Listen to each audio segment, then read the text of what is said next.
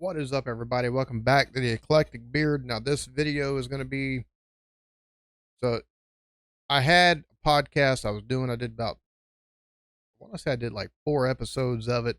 I just kind of stopped with it. I'm restarting the podcast. Eclectic Musings. This is the first new episode in a while. I'm basically just restarting it. Instead of taking it just being like random thoughts on things that pop into mind or stuff like that, I'm going to take a focus on a couple of things on the podcast. I'm going to do it twice a week, and I'm going to be focusing on number one, the reactor scene, things that are being looked at in heavy rotation by reactors, YouTube in general, things that are trending across YouTube in general, because I'm on YouTube quite a bit. Like it's how I consume most of my content that I view, outside of watching stuff just before I go to bed, or to help me go to sleep. Pretty much everything I take and view content wise through YouTube. So I'll be taking and going over stuff like that, but I'll also be doing music, movie, and TV show reviews. So our Wednesday would be the first. It'd be like the biggest one because I'm taking a look at new music. Some of the bigger artists, they have new music. Can't really take and do reactions to some of it. So I will take and be reviewing some new music releases that they can come out. Fridays, another release day for new music, and that's what I'll be looking at mostly for the Friday one. I'll take a look at a couple of songs. Mostly you're going to take a review of those songs and maybe some stuff I'm looking for in the future from artists and stuff like that. Maybe take and do complete album reviews and things of that nature. So this being a reboot, this is just going to be an introductory. Now I do have a couple of things. I did take and listen to Jake Owen's Eastbound and Down. Did a remake of that song. And whenever you take and looking at modern country music, compared to something like Jerry Reed and his musical stylings and just how traditional and guitar driven his stuff is, or instrument heavy his stuff is, between banjo and steel guitar, actual like electric guitar, acoustic drums and everything like that, and just the sound that he created, that more traditional sound, you get kind of nervous whenever you hear that a modern country music singer is remaking a classic country song that's beloved by millions of people. And with Eastbound and Down, it being from the movie Smokey and the Bandit, it really just, oh crap. Oh crap. What are they going to do here? What are they going to do here? So that's kind of what this is. I was worried about that, but to be honest with you, they stayed like by the book to the original. Like it's almost a 1-for-1 remake. Like you got modern production on it, which really doesn't make it sound any better than the old one. But with Jake Owens and his vocal talent on it, I think he crushes it, to be honest with you. Now, granted, the video itself, I love the video as well because the video that's behind it, it's for a giveaway from Charles Schwab. It's a Firebird. I want to believe it's a 70s model Firebird. So, but it's blue, like it's a light metallic baby blue, and it's got the white Firebird on the hood. It's got white accents on the outside, and it's got a white interior, which is cool. But when you think of Smokey and the Bandit, you think about that badass, just all around badass black Firebird. But they got one of those in the video, and it's in the scenes where he's taking and kind of daydreaming as he's driving this new, this blue Firebird. He's daydreaming, and in the daydream, he's driving a black Firebird, like was in the movie that the Bandit took and drove, and he's outrunning the local fuzz. So the way it's done, they intersect the scenes of him either driving or daydreaming. I think it's done really nicely. And whenever you got the music and it not taking a modern country poppy type vibe to it, and you just leave it at the bare, I would say bare bones, but you leave it at that traditional country sound. Just it's absolutely it's a treat. It really is. Not only sonically, but also if you're going to watch the video, it's a treat visually. So I highly recommend looking at that video if you're a fan of country music. I'll leave the link in the description. Now we're about to take a look at NBA Youngboy Feelgood. I haven't really heard a whole lot by him, but this is from 5 days ago, so this one's a little bit older. But yeah, be looking at this and a couple of other videos, or at least I'll be looking at them and I'll be giving you my thoughts. So this portion will probably be sped up just a wee little bit. I'm loving the brightness of this video, just right off the jump. Like the music, the little bit of instrumentation there at the beginning of it, it's like a over distorted piano almost, which is kind of weird, but um, I'm guessing it's going to set the scene for the, or at least set the tone for the rest of the track going forward. But just video visually, before the sonics really come in, it's very bright, like very, very bright, which a lot of times you're taking, and it's like bright from like a natural light point of view, not like produce like too many like actual lights itself, but like natural light, like wherever this was filmed at, like it was nice and bright. The camera exposure itself is just, it lends itself to things popping. So I really, it's a nice little bit of, I like that. I'm just going to say this, the way he takes and goes about this, like it's sing-songy and stuff like that, but I don't know if it's auto-tuned or what, because it's got to have some kind of electronic tuning to it, because the voice is that annoying auto tuning type sound, and it's sing-songy, but it makes it kind of aggravating all at the same point in time. Gucci socks and deal flops, tennis chain on Cuban links. I got power with this 50. Okay, there's a juxtaposition here. All right, cool. So regular voice, and then the high pitched like auto tune sound thing. So, but the juxtaposition on that. All right, cool. I can deal with that. That's something we've heard before. Domestic, you think I treat her the way that pussy get beat up? That's around like. Domestic, the way I treat her, the way that pussy get beat up. Okay, I like that line. So he talking about a woman. He's talking about a relationship with a woman. There's worse things that can be rapped about, that's for sure. Granted, there's things that a little, higher thought processes that can be rapped about too. But so far, I'm liking what I'm hearing. I like the beat on this. The beat on this is really nice. Just straight up, I really do enjoy the beat on this. Hitting it for the home run. Go ask some bitch, I'm paid too. And you know I own some. Oh, and I got on you. She said, make me feel good. She like what I do.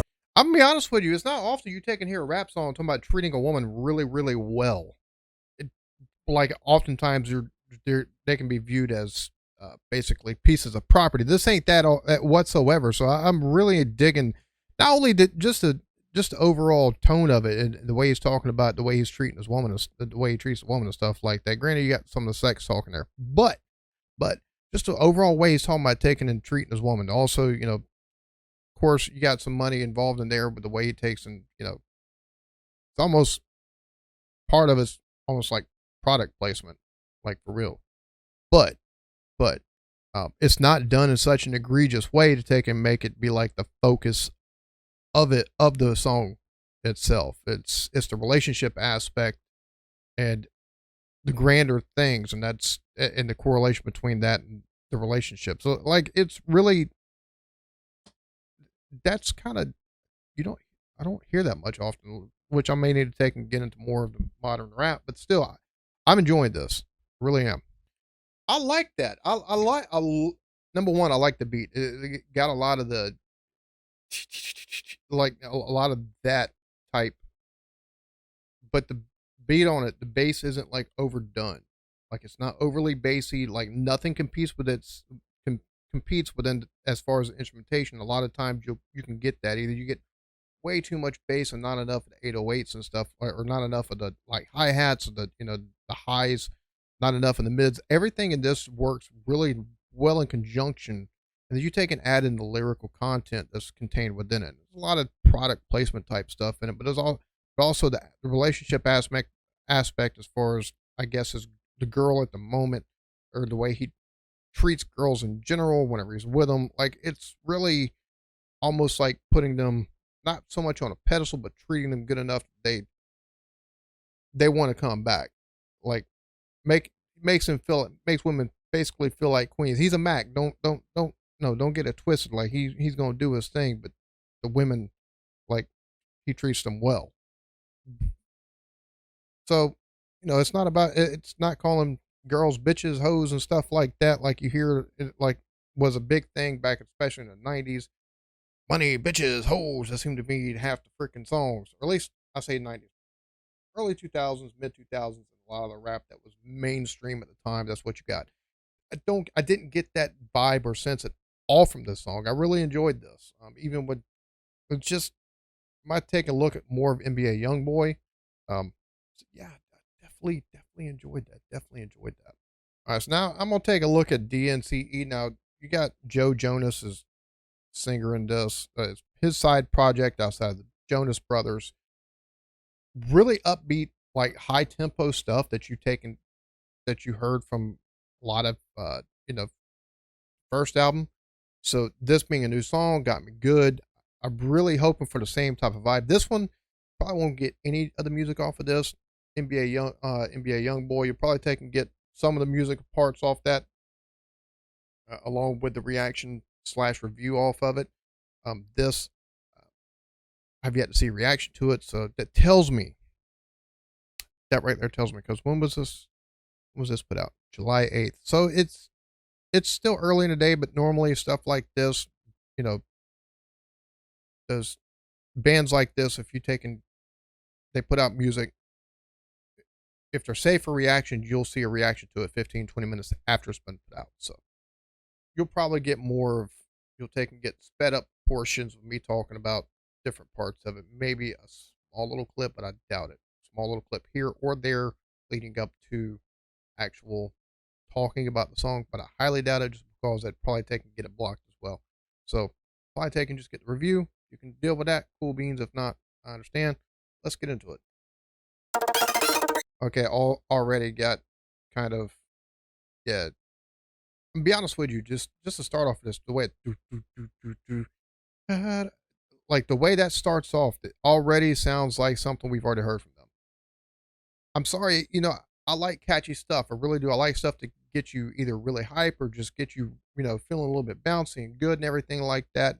And stuff like Cake by the Ocean and Kissing Strangers and stuff like that got you that same type of feeling. But this already 4 seconds in already has that same type of vibe. Uh, it's nice to hear new offerings that have a different take without with a newer with a new type of sound. This already sounding like it could be either one of those two just from the jump. I don't have a lot of hope for it. Okay, so it's more mellow because the beat, so it's not really all that upbeat or anything like that. The the way that it's being sung is more the upbeat part of it a little bit. It's not down. It's not really up. It's mid tempo. To be honest with you, all of it's a little bit mid tempo, and looks like it's going to be a song about betrayal. Already, instantly, it's not hard to take and get the beat, so you can automatically not far in tap along. Really, a lot of times you got pop music. It's done really, really well. It's done really, really right off the jump. You can get, and I'm talking about not like I'm talking about like poppy pop. Like it's just that stuff that just gets you moving. That just really poppy pop type stuff. This is that, and it done right. It doesn't take long to get the track, so you can start with the head nods and stuff like that. A lot of times, if it does that, it's going to be catchy enough that it's going to wind up catching regular play in one of your playlists. And unfortunately, it's one of those songs that probably wind up catching over rotation on the radio. So this so far, like the the lyrical structure within this is really all that catchy per se. Like it's almost wordy, but what's being sung about, the way it's done, it's not as noticeable because you've got that beat over top that, like a lot of new pop music, or pop music in the last 5 to 10 years, is you'll get a lot of nonsensical type lyrics and stuff like that, but the beat is good enough, you just don't care. This, you I almost wish the lyrics were more nonsensical than wordy. This is just a wee bit wordy. Just take and basically say that, because he's talking about, you took a page from my book and you got me good and stuff like that. So basically, he did somebody the way that he normally does people, which normally ain't a good thing. So, he's getting his just desserts basically. But again, it's a little bit wordy. Thought it'd be a little longer than a day. No way, no way. What now with the plans that you made? Let's go to sunsets and big waves. How you so quick with the mood change? Bro, there's so many fucking words in this. Oh my God. Bro, it's like, you're going to make mindless pop, don't make people listen to the fucking lyrics. Just saying. It's one of the great things about Cake by the Ocean and Kissing Strangers. Like, the lyrics, while they were catchy, they weren't overly complex. This has too many goddamn words in it.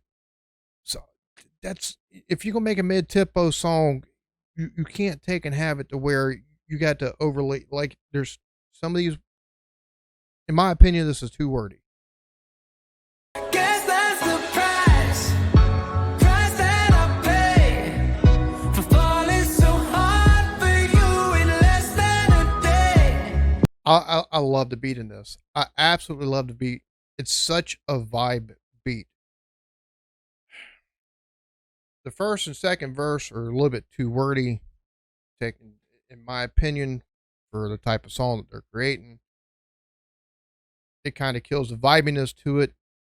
I think they maybe should have shortened the second verse, or took out some words and went with the bridge part after the second verse before it leads into the last bit of chorusing and extra woohoo and stuff. Like, I think that might have taken, because to me the first verse, it's all right. Second verse makes it a wee bit too wordy, and then it's drug on. Like 2 minutes 45 seconds has felt like 4 minutes, if that makes any sense. I don't know how you accomplish that, but they've accomplished it. The beat is the most outstanding part of this. Like, the beat is the star of this. As much as it's not a bad song by any means, so don't get it twisted. It's just it's too wordy, in my opinion. Like, keep it simple, stupid. Keep it simple, stupid. Like, the lyrics make it to where it's gonna be hard to be catchy. So you'll take and get radio play off of this. I think mainly off of the beat itself and the vibiness of it. But I don't think it's going to take and stay in rotation as long as Cake by the Ocean or Kissing Strangers did. I really don't. All right, so there we have it. DNCE Dance Got Me Good. This is the official lyric video. Again, this is one of those things that's it's got such a vibey beat to it, but oh my God, it's wordy enough that it kills that vibiness. So you're going to take and get some airplay due to the vibiness, but you're not going to take and get, I don't think, not only the Billboard charting that they did from like Cake by the Ocean or Kissing Strangers. I think 3-4 weeks you'll take and hear it. You'll take and hear it within the top 40, and then it's going to take and make a massive fall down, just because I think there's too many. It's not as catchy. Like, there's parts of it that are catchy. They could cut it down for like a radio edit, which 2 minutes 45 seconds. It's gonna be a small little motherfucking thing.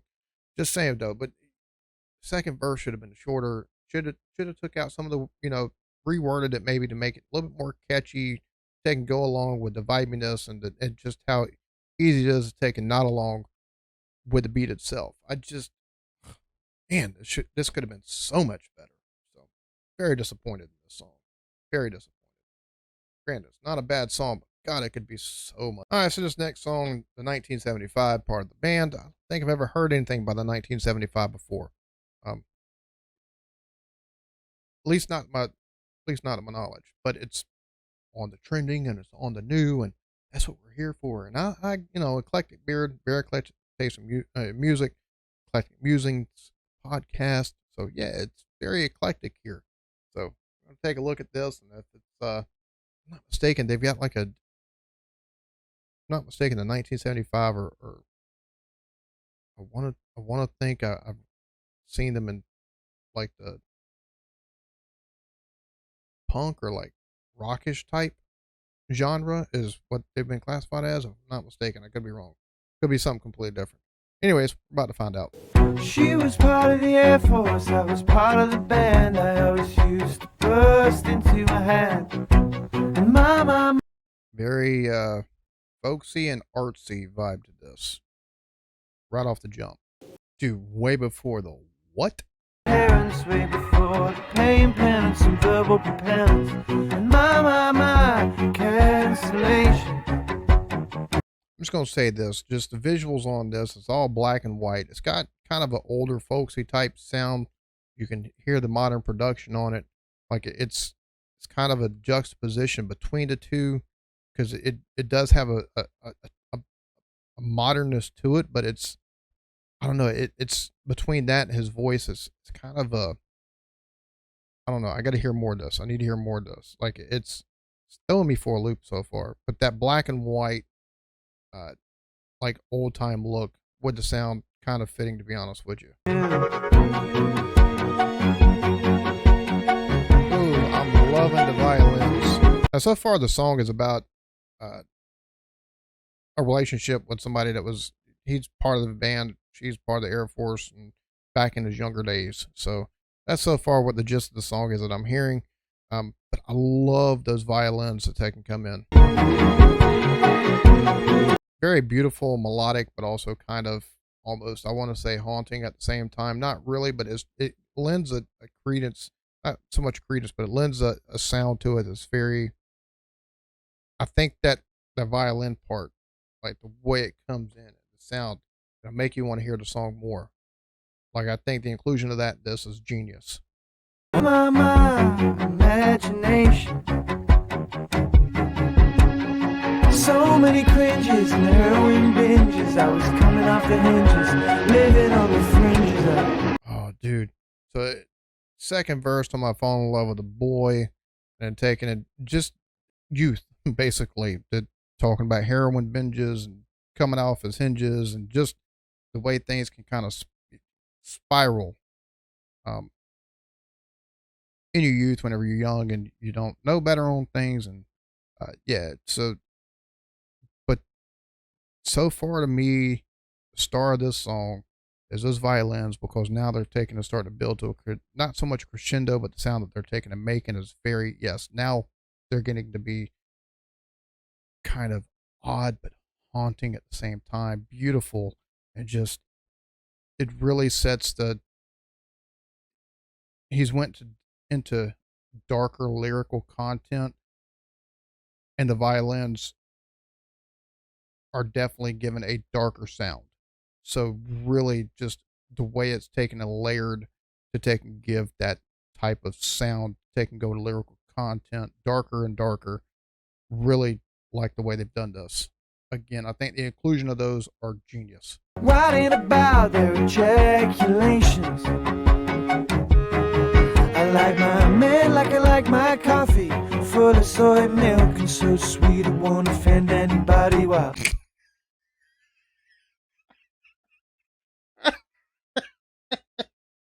This song so far, man, it just, the way it's talking about the journeys of youth, basically the journeys of youth and young love.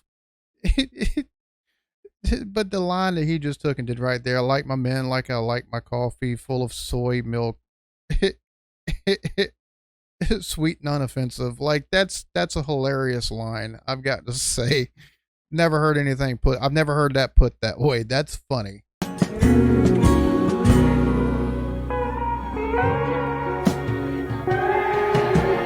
I'm loving the sound of this. Like not only do the lyrics take you kind of on a journey of, the self-discovery and stuff like that, you know, starting with young love and everything of that nature, but taking and talking about some of the misadventures that you can have, and just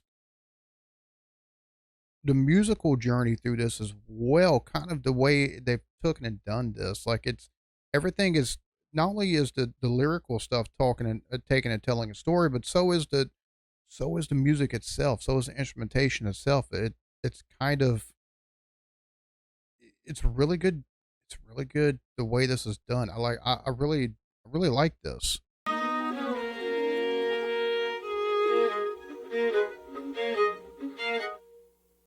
Okay, so yeah, this I really like. Like, this is different. This was different because just the instrumentation of it, the way that some of the instruments come in and out of it, whether it be the violins, and the way it helps tell the story and goes with the airiness or the darkness interchangeably from the lyrical content that's within the song itself, because the song is a journey itself, basically self discovery, um, basically, young relation from young relationships to, how how you taking, and the growth it leads to as a person.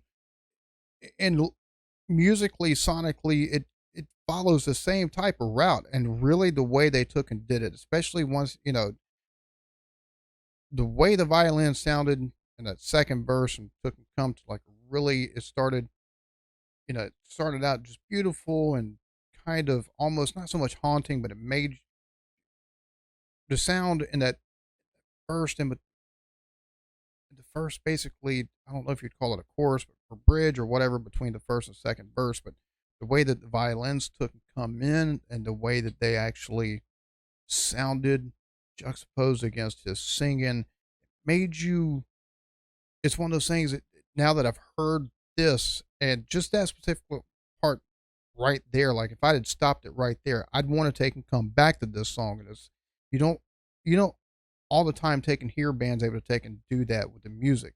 Like, you might hear a song like and have to take and stop listening to it for whatever reason. You're like, I want to take it, and you can forget, and just you're not going to go back to it. That violin part's going to take and stay with you, and you're going to take and wind up coming back to it and listening to it. And the second verse, the way it start talking about falling in love with a young man, and uh, taking it, basically the angst of youth, and taking it, getting into uh, heroin binges and coming off the hinges, and just the darkness contained within that lyrical bit right there, and just past it, the way it switched from the airiness and beautifulness that the violence had to juxtapose a lot harsher up underneath those lyrics, to take and kind of give that some emotional depth behind the way that the song is sung, and give some depth to it as far as the way that it's going to hit you whenever you're taking listening to it.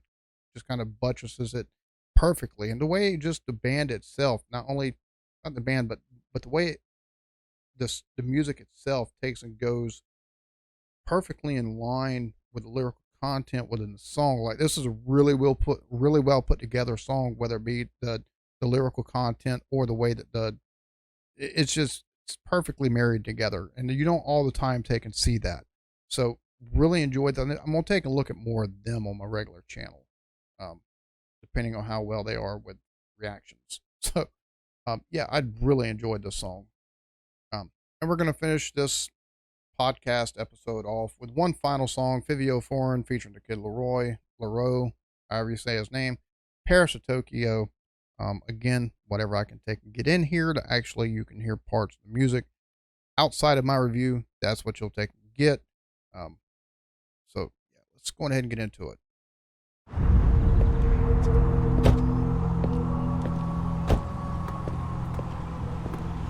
Bro, between him busting on the scene a couple years ago to now, like the growth of the look of Kid Laroi, crazy. I've never heard of Fivio Foreign, but pulled up in a classic Benz though, that's for sure.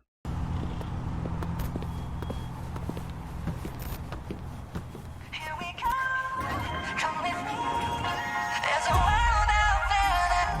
already starting off with a beautiful or with a nice R&B type song or R&B sound as far as a little bit of singing that's there at the beginning. There we go. You ain't like the mother hoes out here. I introduce you to real. Baby, ain't nobody else like this. Okay, just right off the rip, the lyrical content from Kid Laroi kind of lacking. Taking it, referring to girl as a bitch. So you get typical stuff that you'd heard in the early to mid 2000s on rap. He's rapping the verse, talking about, she my bitch, took her to London, Paris, Tokyo. You're not like the other girls that have hit. So the other girls that he's had sex with. So it already being treated as an object. Granted, lyrically, that's what you're taking and getting off of it. But got the beat behind it and everything like that. It's this will wind up being a hit. I can already see it. Baby, you different. Maybe I'm tripping. If I lost it all tomorrow, tell me. Also, all right. So talking about girls different. Got Hennessy and liquor in his system, so maybe he's tripping. So maybe it's just a liquor talking, basically. She a whole mind. If you ever get pulled over with the chop, she taking the charge in a whole nine. I really. Bro, he's talking about she a ride or die chick. Like, and the way he's taking it, coming at it, he's a little bit more. His verse so far, his part of this song, I guess Fivio foreign, his part of this is so much smoother, and the way that he's taking it, executing the lyrical content in it. But he's basically talking about a ride or die. We sexing, no Instagram, no texting. Turn off the light and I fuck it to Netflix. Walk in the store, get whatever you want. Talking about spending, basically having that one-on-one time. What they're talking about, taking a no Facebook, no Instagram, turn off the lights, fuck her to Netflix. So basically Netflix and chill with her. It's funny the different ways they're taking and talking about the women on this, because he's a lot more, she's more integral, whereas Kid Laroi, his first part at least, it's more of, it was object. She's more of an object. Granted, he don't know if it's liquor talking, but he really liked her and stuff like that. But just the objectivity that's kind of played into it. Granted, it's not done like grossly, like so grossly that you'd be offended by it. Just, I'm giving you the breakdown of the lyrical content within itself. I mean, it is what it is. That's part of the music scene, especially when it comes to rapping certain things. But this is done a little bit more tastefully. I will say that. The beat on this, though, is killer. This is going to be a hit. Like, just look for this in the next couple of weeks. Probably be part of your top Billboard. Like, just be on all the beaches and stuff like that, where people are having their summer vacations and stuff. Like, for real. That's my bitch. Paris, Tokyo, London. I took her on all of my trips.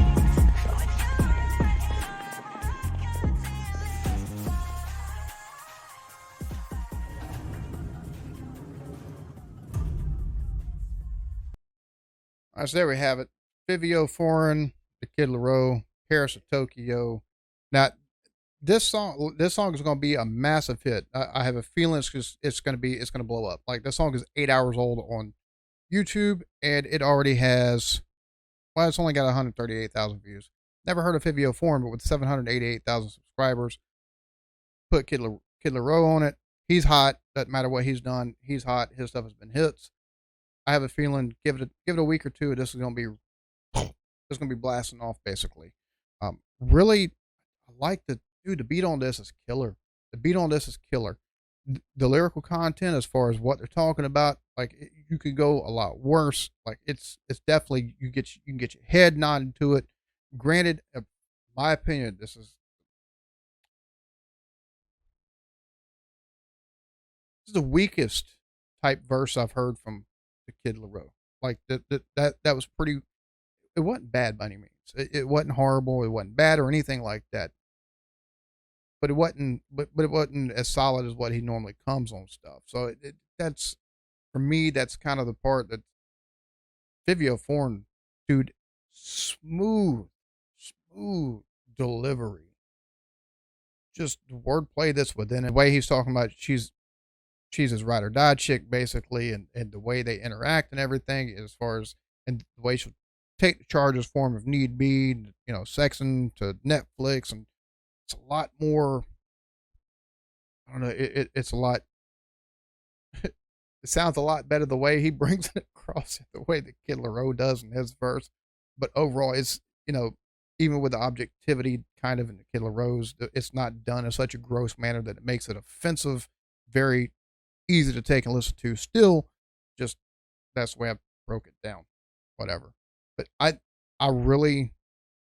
think the beat on this and Fivio Foreign, like those are the two strongest parts of this. Kid Laroi, like his part wasn't awful. It's not his best, but it's not horrible by any means. It's just not his best. It's not as solid as he normally comes on a verse. So I like this. So that's it for this episode. This is the reintroduction of the Eclectic Musings podcast. This is a Friday, looked at a couple of songs for review and stuff like that. Next week, you'll have a longer one. Wednesday next week, the first like full length episode takes and drops. Also, look out for next Thursday. Me and my buddy Blake TV. I'll be taking a drop and we'll be doing a podcast. We'll be dropping an episode from the first episode from our podcast, High Talk, where we both partake in maybe some herb of some sort. Like he's probably got a different herb than what I'll take and have because I've got hemp. That's basically a CBD. I've got the CBD flower is what I've got. And it's sprayed with a little bit of Delta 8. He's got the Delta 9 or, the actual THC type stuff right now. So, but we're going to take and talk about whatever comes to mind. We have our BNA show that happens on his channel, Blake TV, every Tuesday, between either 12 or 1. So go look him up if you haven't already, because take and watch us there for our weekly show that's live streamed. This won't be live. It'll be just us. And you'll probably hear us talk about stuff that we normally wouldn't cover on the BNA show. And it's a chance not only for us as friends to take and hang out and have a conversation, but to, maybe might take and hear different sides of us that you've never heard from us before. So with that being said, I appreciate y'all watching. And I'll probably take and have individual like song reviews, whatever I can get from the reaction part of it on YouTube outside of this here in the next couple days as well, leading up to the very first episode, to the longer episode of Eclectic Musings with new music from Tuesday. I'll have reviews for 7-8 songs probably. But yeah, just look out for it. So y'all be good to each other. Love yourselves. Peace.